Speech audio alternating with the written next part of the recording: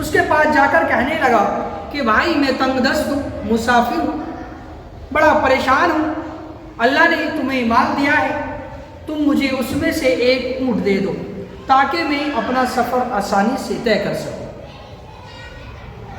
عزیزان ملت اسلامیہ، جب اس فرشتے نے یہ کہا نا تو وہ کہنے لگا کہ بھائی مجھے تمہیں دینے کے لیے میرے پاس کچھ بھی نہیں ہے، کیونکہ میرے اخراجات بہت زیادہ ہیں، میں تمہیں کچھ بھی نہیں دے سکتا۔ جب اس بندے نے اس طرح کی بات کی تو فرشتے نے اس کو یاد دلانا چاہا۔ فرشتے نے اس سے کہا کہ بھائی مجھے ایسا لگتا ہے کہ شاید پہلے تم برس کے مرض میں مبتلا تھے، تنگ دست تھے۔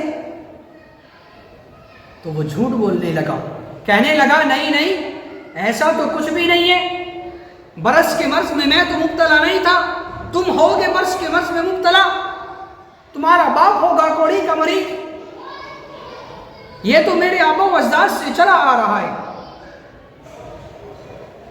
عزیزان ملت اسلامیہ، جب اس نے یہ جھوٹ بولا تو فرشتے نے کہا اچھا اگر ایسا ہے تو اللہ تبارک و تعالی تجھے تیری پچھلی حالت پر لوٹا دے۔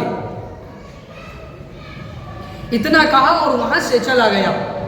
اب جیسے فرشتہ گیا، اب اس کے سارے اونٹ فوراً مر گئے اور وہ دوبارہ کوڑی کے مرض میں مبتلا ہو گیا۔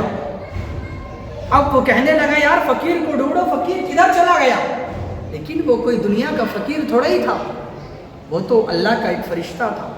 اب وہ فرشتہ گنجے کے پاس گیا۔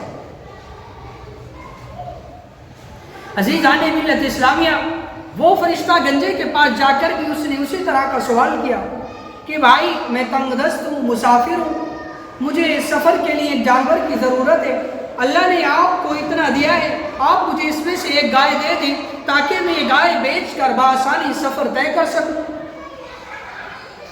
تو عزیزان ملت اسلامیہ، وہ گنجا بھی جھوٹ بولنے لگا۔ تو فرشتے نے اس کو یاد دلایا، کہا کہ شاید مجھے ایسا لگتا ہے کہ پہلے تم گنجے تھے اور تنگ دست تھے۔ تو وہ جھوٹ بولنے لگا، کہنے لگا نہیں نہیں، میں تو کوئی گنجا نہیں تھا، میں تو کوئی تنگ دست نہیں تھا، یہ تو میرے آبا و اجداد سے مالداری، امیری، دولت چلی آ رہی ہے۔ میرے دوست، جب اس نے جھوٹ بولا تو فرشتے نے کہا اچھا اگر ایسا ہی ہے تو اللہ تبارک و تعالیٰ تجھے تیری پچھلی حالت پر لوٹا دے۔ اس نے اتنا کہا اور فرشتہ وہاں سے چلا گیا۔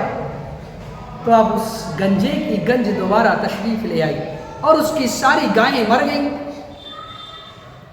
عزیزان ملت اسلامیہ، اب وہ فقیر کو ڈھونڈنے لگا۔ اب وہ فرشتہ تیسرے کے پاس گیا، اندھے کے پاس گیا۔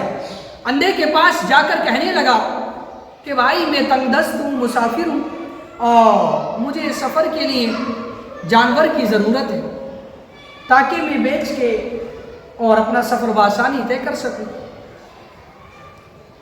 تو وہ اللہ والا آگے آیا اور کہنے لگا بھائی آپ نے بالکل سچ کہا، میں سمجھ سکتا ہوں اندھے پن کی پریشانیاں کیا ہیں، اندھے پن کی تکلیفیں کیا ہیں، میں بھی پہلے نابینا تھا، تنگ دست تھا، میں جانتا ہوں یہ سب اللہ تبارک و تعالیٰ نے مجھے دیا ہے، آپ جتنی بکریاں چاہو لے جاؤ، اللہ نے مجھے یہ مال دیا ہے، آپ اس میں سے جتنی مرضی چاہو اتنی لے جاؤ۔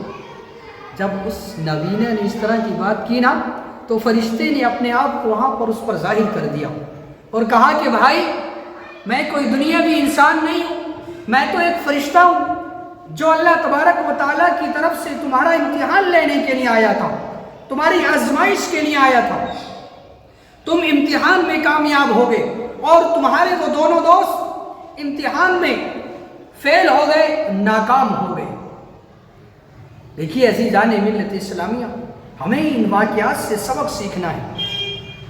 یاد رکھیے گا اللہ تبارک و تعالیٰ نے اپنے محبوب کو پرانے پچھلے نبیوں کی یہ واقعات اس لیے بتائے تاکہ ہم اس سے سبق سیکھ سکیں، تاکہ اس سے ہم اپنی زندگی جینے کا طریقہ سیکھ سکیں۔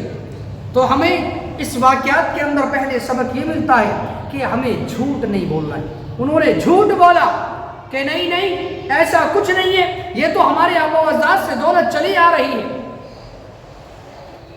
اور میرے دوست دوسرا انہوں نے کنجوسی، تنگ دستی کا ڈر کی وجہ سے اللہ کی راہ میں دولت کو خرچ نہیں کیا، اللہ کے نام پر دولت کو نہیں دیا۔